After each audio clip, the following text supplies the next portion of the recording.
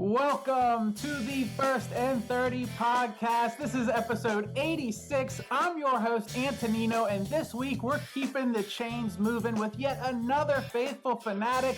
And this time, folks, I had to tap into my Patriot fandom yet again.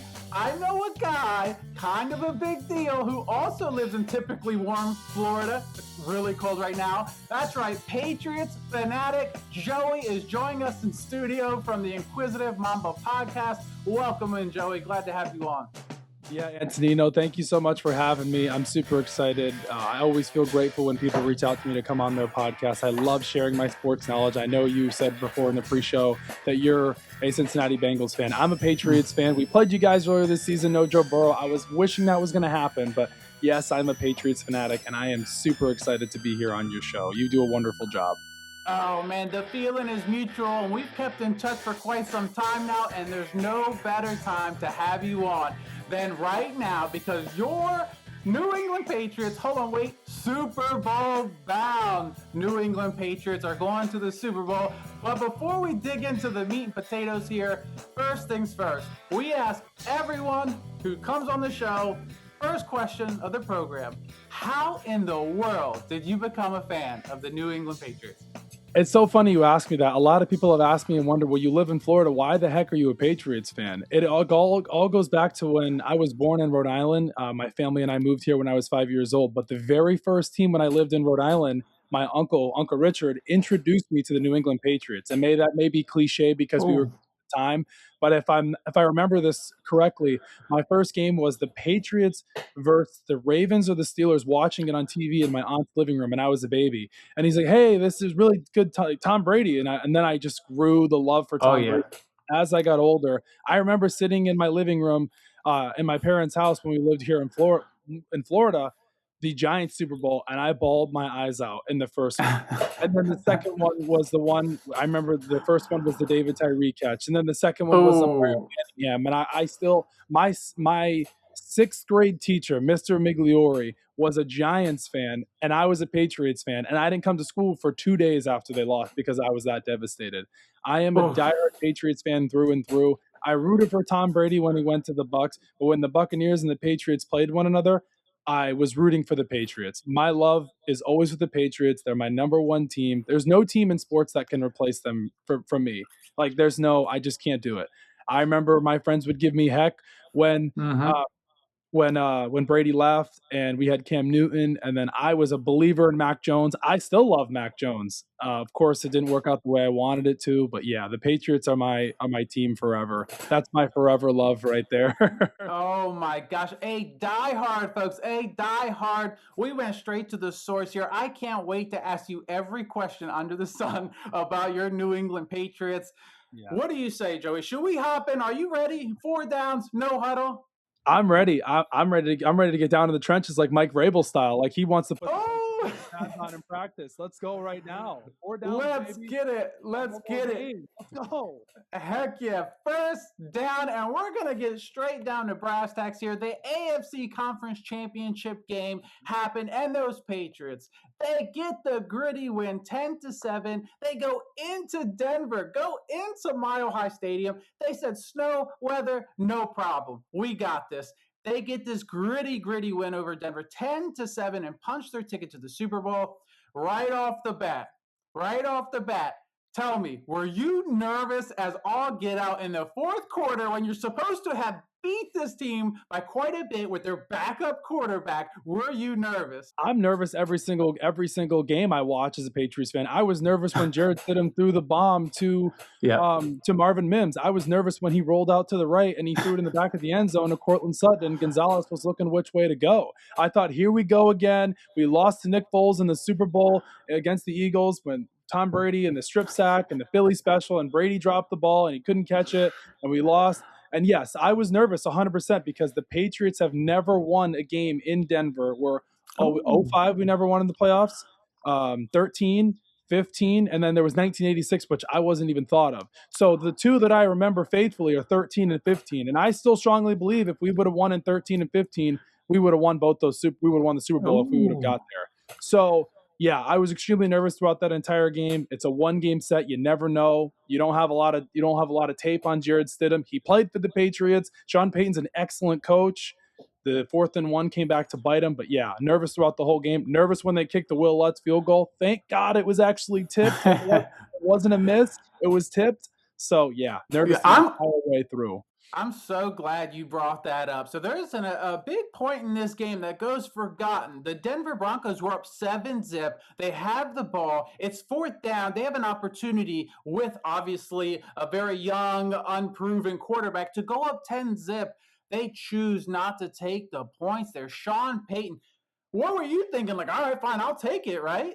So I thought to myself, I said, beforehand they called the timeout and I go, this is Sean Payton. He's just like Ben Johnson. It's exactly what I was saying on my podcast last week. I said he's a mirror of Ben Johnson. You never know what you're going to get with Sean Payton. He ran an onside kick in the Super Bowl against the Indianapolis Colts. Like, this is Sean Payton's identity. He's a riverboat gambler. He's got nothing to lose, house money. I said he's 100% going for this. It came back to bite him. It was a good play call, but I think in a situation like that, that's when you want to Bo Nix. But the Patriots defensive line has been exceptional this entire postseason. Milton Williams and Christian Barmore have just been absolute monsters in the middle and the interior. So, yeah, I was nervous. I was like, oh, my gosh, if they get this first down, we're going to go down 14-0. We have not been able to move the ball on offense. The Broncos have an exceptional defense.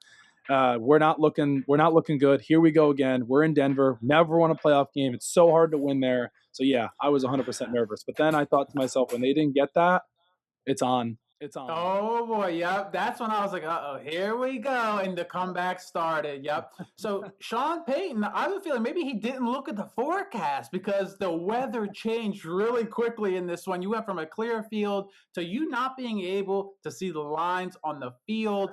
How would you say Coach Vrabel out-coached Payton here to get this win? Because you saw Vrabel towards the end get extra conservative, no mistakes, and it got the job done. Yeah, so for me, when I was telling my mom this, I love explaining football to people or just my family that doesn't understand it like I do. Like, I understand football to a total different level because I sit there in my free time and I watch film and I look at coverages and I've just studied it. I've seen the Patriots so many years. I thought to myself, he's going to take a page out of the traditional Mike Vrabel style, like when he was with Tennessee, like the coach he's been his entire career in the NFL. The weather changed completely, and I think he had an idea of that. And they ran the ball, I think it was 6 or 7 times coming out of half with Ramondre Stevenson, and he's been exceptional this postseason as well. They put the ball in the hands of Ramondre Stevenson. They said, hey, Drake May, we don't need you to win this game for us. Our defense is playing great as it is. We're in this game. Let's just run the ball. Let's just chew this clock up, and let's just keep this going. And that's exactly what they did. And then they kicked the field goal. But yeah, it was an awesome game to watch at the second half, how the game completely changed with the weather. You know, I always like to say defense wins championships. So not only defense, special teams got the block. People think, oh, it's snow and they missed the field goal. No, that got blocked. That got blocked right there. Yep. So Coach Vrabel, the defense, the special teams, May playing when he needs to play, making the plays on third down to seal the deal. It seems like everything's going right here, but I have to play devil's advocate a little bit here. What do you have to say to all those people out there that say the Patriots have been gifted the Super Bowl appearance and the schedule was too easy and all the teams are hurt in the playoffs? What do you have to say to all of them? Antonino, I go back to the beginning of the season when we lost to the Raiders in our first week, when we lost to the Steelers, and we haven't looked back since then. I don't care what team it is. You play the teams on your schedule. Nobody expected this team to be here. We're 14-3, if you can say, because of the schedule. But all that stuff goes out the window when the playoffs come around. If people don't understand this, Drake May is the first quarterback in NFL history to face 3 top 5, top 10 defenses, top 5 defenses in a postseason history. In your second year, when you have a rookie left tackle and the weapons that you have, okay, fine, the Chargers' offensive line was banged up.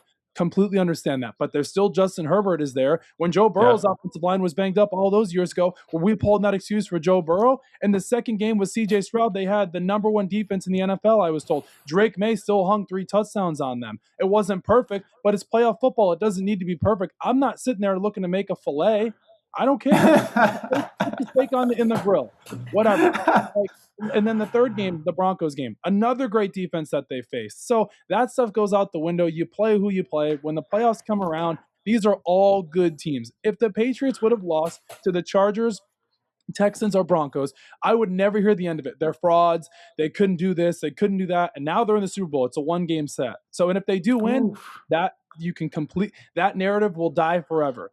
Every team, who's on your schedule? I mean, listen, if they lost in the first round, it would have been a mess. If they would have had a terrible year this year, it'd been like, and all the teams they played, oh, they're not as good as they were put out. It's like, I don't listen to any of that. You play who you play. Man, I can't. Man, you're making me so happy inside. You couldn't have said it any better. A win is a win. The NFL is a tough league. The parity is insane. Any given Sunday, anything can happen. And those Patriots, they've done it all year long. But let's transition a little bit. There was another game going on this past weekend. We're going to move the second down and talk about the NFC Conference Championship. And this game was not short of offense, folks. So you went from a complete snow-filled defensive matchup to this game where you had fireworks. Seahawks pull off the win 31-27 over the Los Angeles Rams.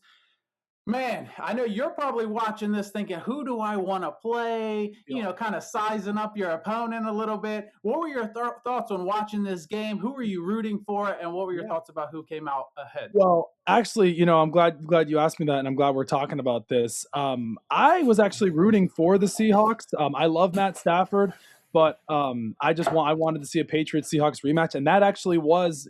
I can honestly, I will sit here and I will be 100% truthful with you. Before the playoffs started, I said it on my podcast. I picked the Patriots in the AFC, and I picked the Seahawks in the NFC to match up with one another. I said, I think the Patriots go into Denver and they can beat Bo Nix. It wasn't Bo Nix, it was Stidham. And I said, I'm teetering back and forth between the Rams and the Seahawks because I don't trust the Packers, Panthers, or Eagles, or the Niners. And I said, we're going to get a Pats Seahawks Super Bowl rematch. However, this game here, I thought it was a really good game. I was confused, of course, at times when, you know, the Rams didn't go for two. They got pressure on Sam Darnold when they needed to. I thought they were a little conservative in the first half, but the play call on fourth down at the end, of course, that was really their last time possessing the ball other than the 25 seconds. But the Seahawks were the better team. They prevailed. I thought that was a stupid penalty by Reek Woolen on third and 12, excuse me. If it wasn't for that, the Rams may not have gotten the ball back, and the Seahawks probably would have scored another touchdown. But I really came into this game thinking the Rams might have had more talent, more firepower. Obviously, they got the two weapons out wide and Puka and Adams. I just thought, okay, this is the Rams to win. You know, come on, Sam Darnold. You know, some people don't believe in him yet, but I'm cheering for him. But maybe I didn't believe in him wholly. But they come out of this, and like we talked about coaching on first down, I feel like maybe there was some bonehead decisions from the Rams side. There's 4th and 4. I know they went for it, didn't get it late in the fourth quarter. Maybe they take the field goal there. It's tough, right? I thought about that. I texted my friend. I said, Billy, you could go either way here, right? But you're trying to win the game, and you're very nervous because you can't stop the Seahawks offense. So I understand that you go for it there. I didn't like that play call, but I will give credit to the Seahawks. They had, I think it was Kyron Williams. He came out of the flat and he was doubled under outside. Then you had, of course, he threw.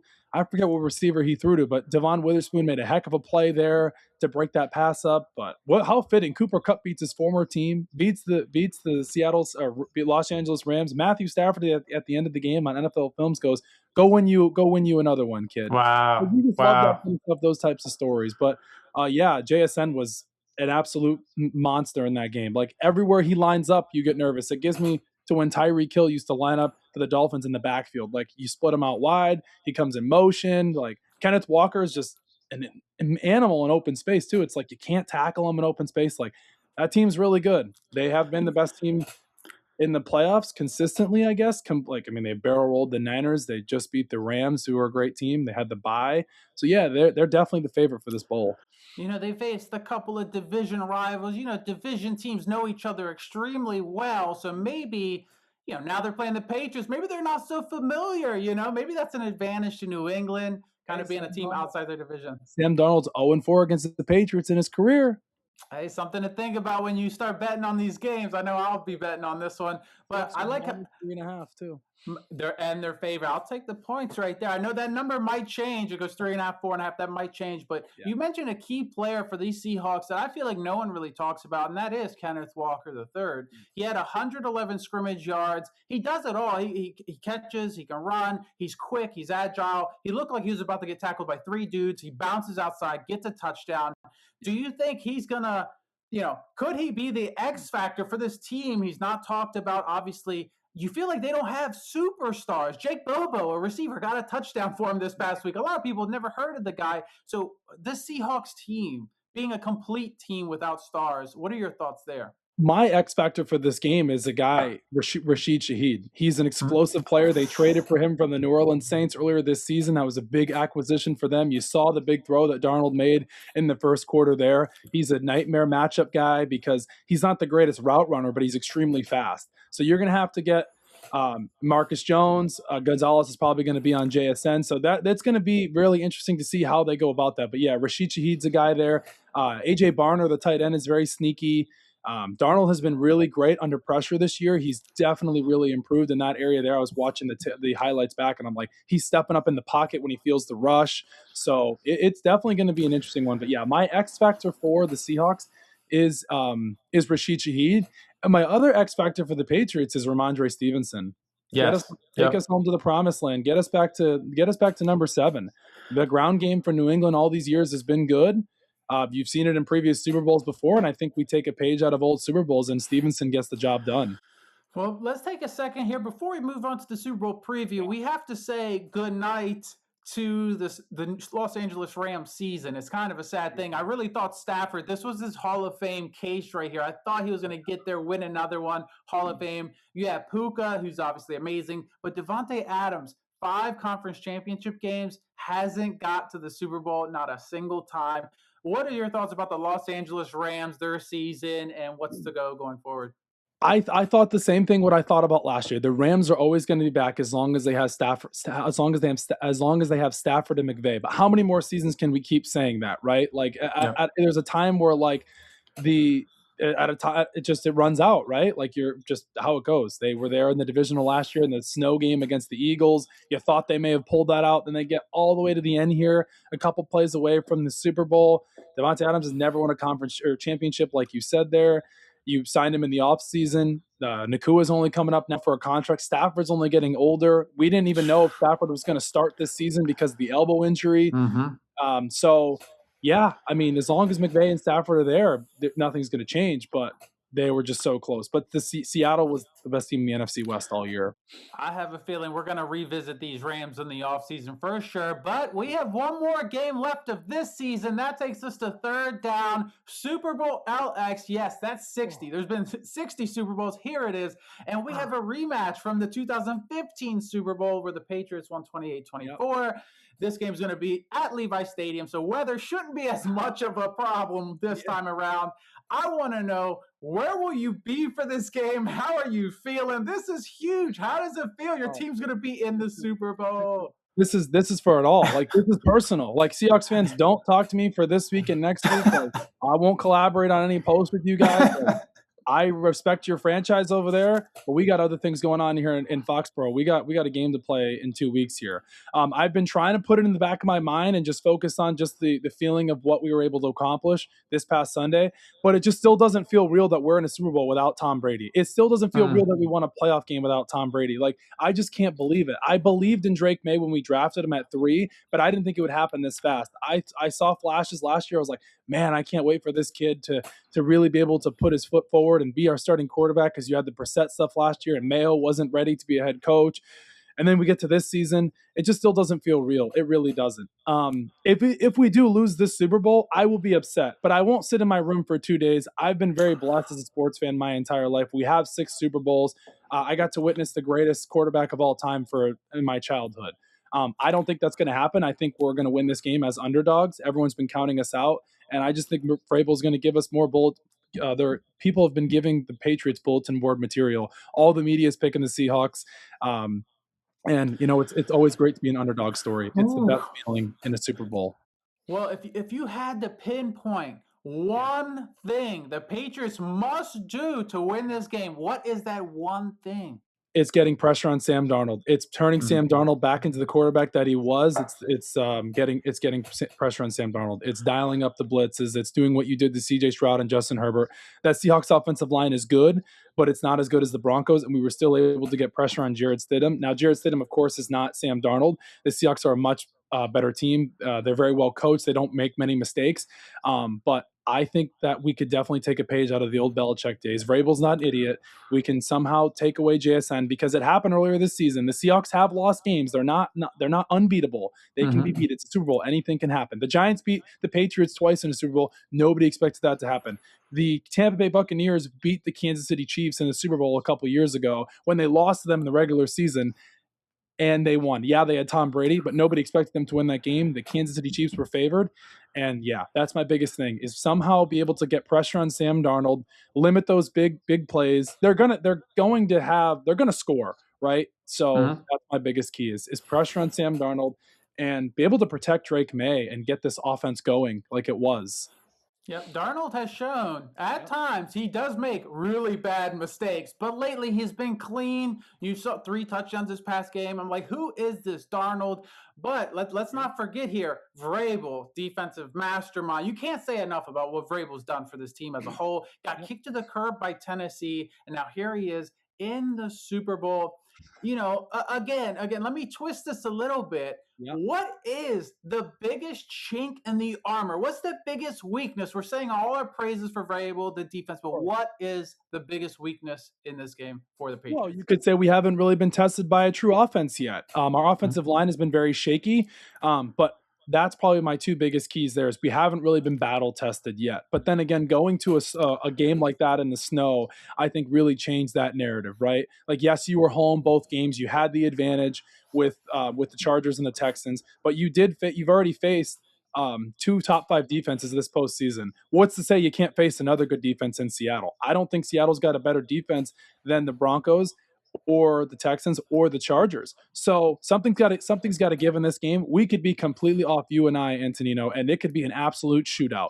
The Patriots could be saving this for the Super Bowl. It's anything can happen, right? It's weird things have happened in the Super Bowl. Brandon Cooks got knocked out with a concussion against the Eagles in that Super Bowl. Tyree caught that wonky catch. Jermaine Kearse caught that wonky catch against the Patriots. We thought it was all happening again. Edelman caught the pizza catch on the ground basically against the Falcons. Like, you never know what can happen in a Super Bowl. The Eagles ran the Philly special. So I think all of the game plan stuff will be good for the first half, and I think all that stuff goes out the window in the second half. That's how I feel. I'd be licking my chops right now. I was watching that game, Seattle. I've watched a lot of Seattle football, believe it or not. I go to the Seattle Seahawks fan bar right across the street in downtown Tampa. Okay. I feel like I see zero defense out of the Seahawks at times this season where I'm like, hold on a second.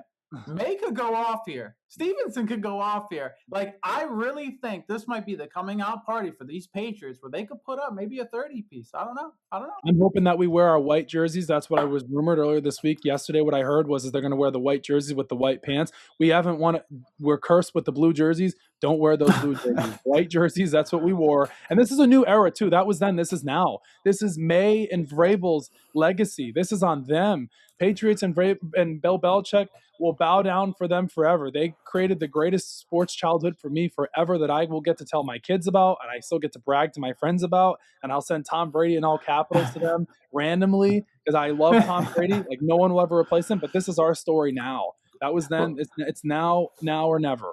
You said a key word right there that I just heard. Yep. Legacy. And I'm going to take it straight to 4th down. It's 4th and long, and we always go for it here. Legacy. We have a lot of legacy at stake here. So let's talk a little bit about that before we give that Super Bowl prediction. We haven't forgot. That's coming last, folks. So legacy here. Coach Vrabel, the Patriots, their history. The Seahawks back at it again. They won one too. What do you think here? Who has the biggest legacy on the line? I don't think there's really any pressure on the Patriots because that they're playing with house money. They're the underdog. We weren't expected to get here. This just wasn't the outcome. This was not the expectation from the outside media from this season. But I'll tell you this right now. When we won that divisional title, I believed in this team, and I said, man, there's been crazier things that have happened. Like, it's always one of those things like you never expect. Like, as a fan, like, that's going to be your team, and like you will predict them and you will think that will happen. But then when it really happens, you're like, holy crap, like, are you kidding me right now? Like, this is not reality. Like, wake me up from this dream.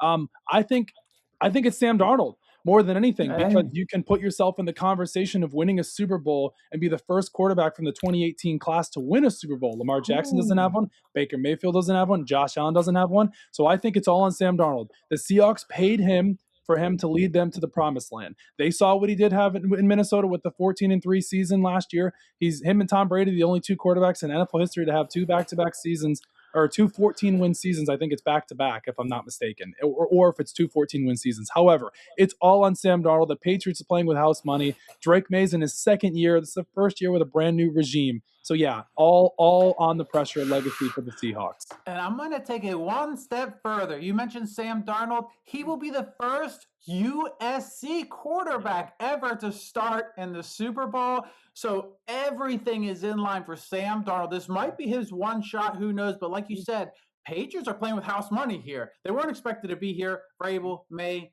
that they had all that free agency money last offseason. I'm a little jealous. But, yeah, they have a lot more to lose here. And you mentioned the 2018 QB draft class. Who was in that draft class? Oh, yeah, Mayfield, Josh Allen, and Lamar Jackson. Yeah. Man, how do you think Minnesota's feeling right now? They chose McCarthy, JJ, over Darnold. Wow. Yeah. No, I 100% agree with you. I think it's mind-blowing. But I personally, before the season started, I said Seattle probably finished 10-7. Like, I didn't think it was going to be like this. But they've completely shifted that, and it's going to be a fun one. Here we are. Who? I know you might be a little biased, just this much. Who do you have winning this game? And who's going to win the MVP? Yeah, so of course Sam Darnold's the favorite to win MVP, followed by Drake May, but I don't think it's going to be either quarterback. Jalen Hurts didn't win the MVP last year. I think it's a dark horse guy. I think it could be JSN if the Seahawks win. I think for the Patriots it could be I don't know if it could be like a Ramondre Stevenson or maybe a receiver, but I think Drake, if the Patriots win it, I think they'd give it to May for him to do enough. Could also be Darnold as well, but if the Patriots win it, I'm going with Drake May. Oh, okay. If you said are they winning it, and what's the final score going to be here? I'm playing the media guy right now. So last time the New England Patriots played the Seattle Seahawks, it was 28-24, and this whole time since Sunday, I've heard the Patriots have no shot. They're going to get dog walk. They're going to get BTA. I said, whoa. This defense is legit. So I think the Patriots win this game 24-21. That's what I'm going for. Oh, close game coming down to the end. Wow. May getting the MVP? Yep, I think May gets the MVP. I think we've been doubted all year long. I think that Vrabel knows what it takes. He's won 3 Super Bowls as a coach. McDaniels has the experience there. Mike McDonald does not have any experience. Clint Kubiak has 0 experience. These Patriots coordinator with McDaniels and Vrabel have experience. Milton Williams has experience from last year when he won with the Eagles. I don't think any Seahawks player on that team has made a Super Bowl. So wow. Ellis from the Patriots was on the Eagles Super Bowl a couple years ago. Matt Collins was on so I think Super Bowl experience comes into play here, and a lot of people don't realize that. And I think game. I think people have been doubting us all year. I think we finish it off, and I said to myself, as long as my guys are in the dance, I'm not betting against us. Patriots with 7 Super Bowls would have the most Super Bowls in NFL history, and Tom Brady has 7. You know how cool that would be? How crazy. Hey. I'm going to have to agree with you here. Patriots, 26-20. I think the MVP, Ramondre Stevenson. Keep an eye. One of those running backs is going to go off. There's the MVP there. And I got to drop a fun fact. You know I'm a Bengals fan. There's only been 3 teams that represent the AFC. It's in the past 10 seasons. The Chiefs, the Patriots, and the Bengals. Hey, gotta love it. Man, 30 minutes flies by, Joey. I'm looking at the clock. Oh, man. I appreciate you joining us today. It's been an absolute pleasure. Do you have any last words for the chain movement here today? Yeah. If you were thinking about not rooting for the Patriots because of all those years with Brady and Belichick and how much you hate the Patriots, just think that you should be rooting for the Patriots as the underdogs. They're the underdogs. Seattle has a Super Bowl as well. How can you not like Drake May? He's so fun to watch. So that's my tidbit there. And hey, Seattle fans, you'll always have that memory in your mind that was haunted in this rule that we took away from you guys. So. There you have it. There you go. Mic drop moment right there from Joey from the Inquisitive Mamba Podcast. Thank you for joining us, and thank you to the Chain Movement again for listening in. And as always, you know the drill. We'll see you on the next one. The next one is the best one.